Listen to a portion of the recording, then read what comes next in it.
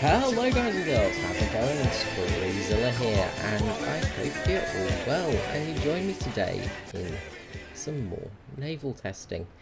Yes, naval testing. Now, this game is going to be a... sorry, excuse me. This game is a rather brutal game, so if you don't appreciate ships being beaten horribly, then you might want to look away now. Now, Naval has definitely died down a bit. There are less players in games. Matches are very, well, very small scale.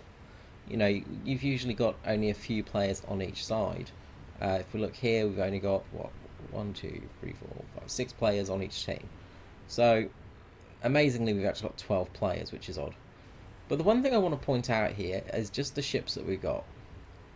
Right here, we have a lot of destroyers with one single gunboat. Now this is very important. So, as we sail along, we're sort of a little bit far out at the moment, so of course we've got to sail in towards the capture points and all that stuff. I'm sort of not even bothering with C, looking towards B and A myself. Now I can see a ship in the distance there, and try to get a lock on it. It's a it's one of the I can't remember the name of it, the one with the 76mm, I think it is, grenade thrower. Basically a sort of corvette or escort boat, just in the distance there. So just fire off a few shots just in case I get lucky. Can't really see it though, can't get a lock on it, which is good. You shouldn't be able to lock onto things like when they're really hard to see like that. However, there is still the problem that, you know, destroyers are very easy to be tagged onto, even behind cliffs and behind walls and stuff like that. So, when I get my first destroyer, which you just saw there with the smoke coming up, we can sort of get a tag on that relatively quickly in game. And I suppose it's fair in the fact you can see the smoke coming out, you can see the engine smoke and stuff like that, so it does make a ship easier to spot. But there's no real way I could tell where my shots were landing because I wouldn't be able to see the splashes and stuff like that. One unit of measurement for naval combat was actually the splash height. So what would happen is when a shell lands in the water, you see the big splashes come up, and you basically measure the height of the splash. And generally, you can sort of tell from that how far away a ship is. And that's how you get your range acquisition sometimes, as well as many other options like radar and your sort of normal range finders, things like that. Anyway, we are now getting our secondaries opening up. So far, a couple of ships have been set on fire. I send out a torpedo just there, just in case he comes around the corner. But I'm going to head towards B. Now, the enemy team doesn't have many destroyers. They've got, as I said, they've got a few sort of Corvette-style heavy gunboats, but they really don't have many destroyers. That's one of their destroyers there, and it's no longer there. Straight into the ammunition rack. So, that's a relatively big target taken down. That's the Russian destroyer taken down instantly. So, we know there's a destroyer to my left. And we just got to watch out around the corner as well, because this is where little patrol boats can be annoying and devastating towards us. So we've got to be a bit careful here. But we're going to go around, we're going to see what we can do, and basically this guy's going to be reversing out as well. So we'll keep our front guns on him, and we're just going to keep an eye around, sort of just to see where the enemy is. Unfortunately, the AI gunners still just fire randomly and just stupidly, just wasting as much ammunition as possible. As far as I know, there were actually no planes up whatsoever in this game, but we're being shot at.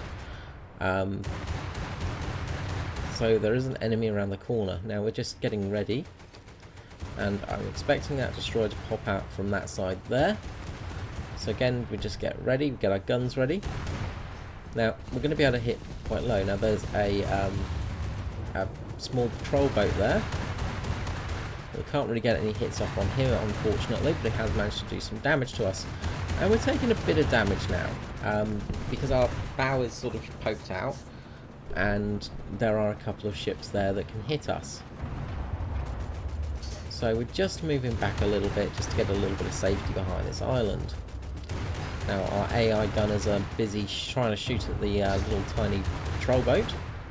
I think it's the Russian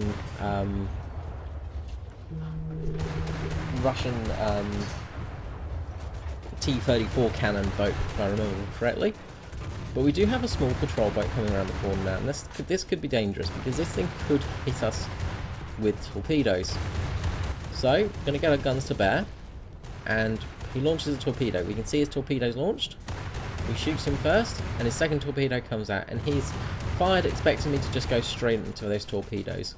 We've completely wrecked that guy. He's on fire. He's losing a lot of oil, as you can see. He's sinking, and he's pretty much screwed. So we don't need to worry about him. Now we have another destroyer in front of us, and this is something we do have to take out quickly. So we'll start getting our shots on target. We're going to try and aim low and try and aim for the ammunition, which we get straight away. Another destroyer. So this is their next destroyer. It's another Kolgastev. So we're going to shoot nice and low, try and hit the ammunition stowage. Launch our torpedoes. But he's taken out before he can get there. Thankfully he didn't launch any himself. So there's a boat behind us, there's a small patrol boat. Now the enemy team doesn't really have any more destroyers from here. They're running a bit low on destroyers. And as you can see, they've been losing a lot of boats very quickly. And that's because we've got into a position where we're basically on top of their spawning area. Now we have a small gunboat there, which isn't going to stand up well to the main guns of a destroyer. Now, of course, he does have some guns on board that can cause us damage, but if we get some hits on him, we're going to start causing some serious damage. So our machine guns are firing, of course, but we just want to get the main guns on target. A little bit high there. The machine guns are doing their job fantastically, just taking his crew apart. Main guns go in and he's down. So that's the end of another one of their gunboats. Just check to the left, nothing there, and there are quite a few more boats to the right. So it's just a patrol boat there, just a sort of small American patrol boat, and that's taken down with great ease. And this is really the problem of the naval gameplay, is basically in this situation the enemy team doesn't have a chance, because we're now basically in the spawn for them, and they can't really get out. There's nothing that they can do. And this is an issue with the map layout, this is an issue with the gameplay, the issue with just the speed of ships in general is I'm actually trying to get towards A at the moment, but to get there it takes me ages to manoeuvre, and I'm not just going to sit there not shooting at people. Obviously there's no point just sitting there and letting the enemy take you out. There was an S-boat going across over there. I'm just checking to see if there's any planes up, because my anti-aircraft fire is sort of going crazy, but it's not really doing much. So far we're on 5 kills and 3 assists. Where's that S-boat? There it is. So try and get our main gun on spare. But our machine guns are doing very good damage at the moment anyway, and he's pretty much destroyed now. And that's the end of the S-boat.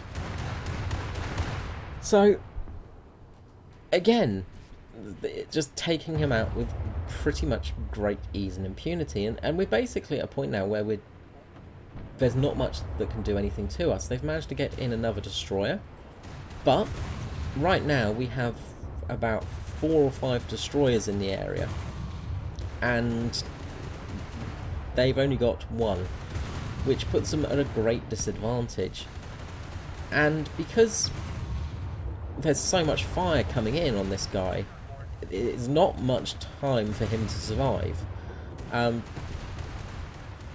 if we get a hit, well, we did get a hit on the ammunition there, but you know, the game can sometimes be a bit wonky on how it wants to decide how things die.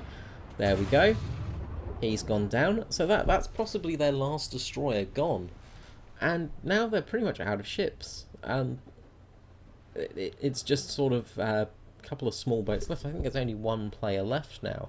It was an absolute slaughter, as you can see. So that player is the only player with a kill, that German player there. And so he's spawned into a flak barge.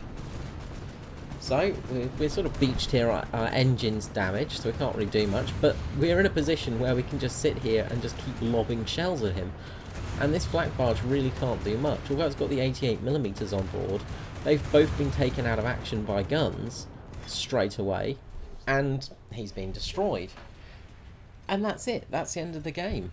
So this is the current state of Navy. It's just basically, if you get on the right team, the team with the most destroyers, and the most destroyers that can get into a position close to your spawn point, that's the end of the game. So I'll just head to the post-battle results screen now, and I will see you in one moment. And here we are at the stats screen. So, as you can see, it was a relatively one-sided match, in all honesty. We got many awards, so made some decent lines out of that game. You know, 60,000 lines is not something to be sniffed at, and 6,000 research points as well. So we're almost halfway towards the Emden, which is some good news. Actually, 8,000 research points for the Emden there we got in that game. Yeah, we're getting towards it quicker now. It will be nice to actually finally get that damn cruiser. But anyway, we got a first strike, double strike, assist streak, Avenger, ship rescuer, professional, final blow, mission maker of course, survivor, and terror of the ocean. But look at the player statistics here.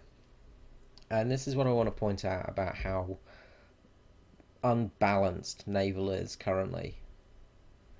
The enemy team didn't really have that many cruisers. Sorry, they didn't have that many destroyers. They got one kill in that game. Only one of our team died. And I had 7 kills, obviously. Next person got 3, 2, 1, 1. You know, so we just absolutely dominated and slaughtered them. And that is really where the problem occurs in Naval, is when you don't have that balance, it's just impossible for the enemy team. It just, as you saw, like, basically I could just go straight in, pretty much was at the spawn for the small ships and taking them out instantly. A load of destroyers in that area. I don't think we had many actual gunboats in that game. Mainly we were just using destroyers, and that makes it really one-sided. Of course, the enemy could have got off better torpedoes towards us, things like that, but that's basically the way Naval goes, is you'll get a team that has a load of destroyers on it, and if you're on that team, you're going to win. If you're on the team that doesn't have any destroyers, or has like one destroyer, and especially if it's a sort of slightly crap destroyer, you're going to lose. And it's just, it really isn't very, well, there's no balance. As I said, it's not very well balanced. It's not very well optimized in that respect, and it's still a major problem. The gameplay has slightly smoothed out a bit. There's not been real major changes. I guess the next big thing is for the Royal Navy when that comes in. That's going to be the next big thing. We can expect the Royal Navy in the next couple of weeks, I imagine. But now that helicopters are in closed beta, it splits the community apart. There's going to be less people playing naval stuff. It makes it harder. The maps, the missions, they still don't work. They still need fixing. Anyway, I hope you've enjoyed this rather depressing video. Give me a like and a subscribe if you have. There will be more War Thunder Naval content coming, of course. That's a pretty much... Oh, he was a real player. Okay. Just wondered if we had a couple of bots in there. Of course, it's got points, so of course. But yeah, we will be looking at Naval as it goes on when more things come out. But currently, as it stands, it's still very luck orientated. If you get on the team with the most big boats, you're gonna win every match. Okay, until next time, this is me, Squeezilla, out. Bye bye.